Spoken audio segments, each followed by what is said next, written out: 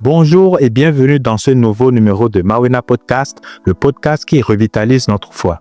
Aujourd'hui, nous abordons le thème de la solitude du chrétien engagé. S'engager pour Christ, c'est souvent marcher à contre-courant. Et cette différence peut isoler. On peut se sentir seul dans sa famille ou parmi ses amis, seul face à ses convictions, même seul dans l'église. C'est cette solitude intérieure de celui qui veut rester fidèle, comme le dit Jésus dans Jean 15, verset 18. « Si le monde vous hait, sachez qu'il m'a haï avant vous. » Mais cette solitude n'est pas nouvelle. Jésus lui-même l'a vécue. Au jardin de Gethsémane, alors qu'il demande « Veillez avec moi » Matthieu 26, verset 40, ses disciples dorment. Entouré de foules, mais souvent incompris, il a expérimenté exactement ce que certains chrétiens vivent aujourd'hui.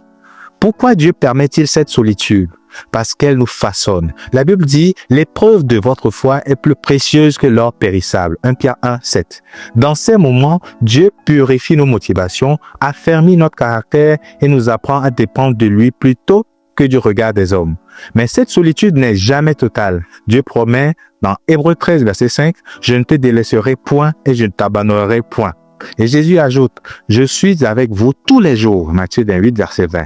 Même si les hommes ne comprennent pas toujours ton engagement, Dieu, lui, marche réellement à tes côtés. Si tu vis cette solitude aujourd'hui, retiens cette parole. Ceux qui sèment avec larmes moissonneront avec chant d'allégresse. Psaume 126, verset 5. Ta fidélité, dans le secret, prépare une récolte que Dieu honorera. Merci d'avoir écouté ce Mawena Podcast. C'était Stelo Dameda. Que le Seigneur te fortifie, te garde fidèle et te remplisse de sa paix. Amen.